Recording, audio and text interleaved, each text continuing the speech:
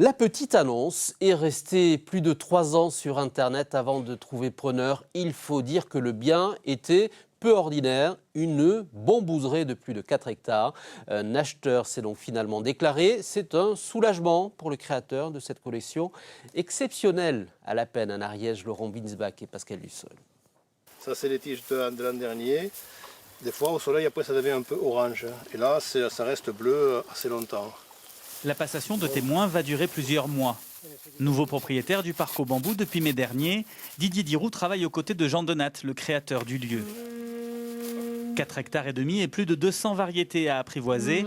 Un superbe défi pour cet ancien globe-trotter spécialisé dans le traitement de l'eau. Avec son épouse indonésienne, ils ont donc choisi l'Ariège et le bambou pour prendre racine. Après avoir visité le parc, on est un petit peu tombé sous le charme. Et voilà, donc on a craqué un peu, sachant que auparavant, moi j'ai travaillé pendant une dizaine d'années à l'export. Et forcément, j'ai vu beaucoup de choses avec le bambou un peu partout. Et là, on s'est retrouvé un petit peu dans un cadre exotique qui nous a tout de suite plu. Et voilà. La vente ne s'est pas faite sans un petit pincement au cœur pour Jean Donat. Le parc au bambou, c'est son jardin, labellisé remarquable depuis 2006 et une vingtaine d'années de sa vie.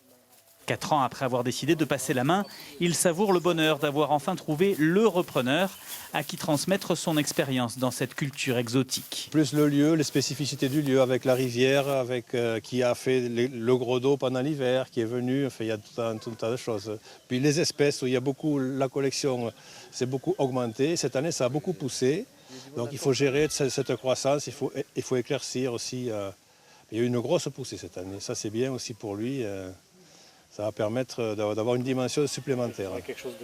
Objectif pour les nouveaux propriétaires, apprivoiser le lieu tout en y apportant leur touche personnelle, notamment côté restauration avec une cuisine indonésienne et pas uniquement à base de pousses de bambou.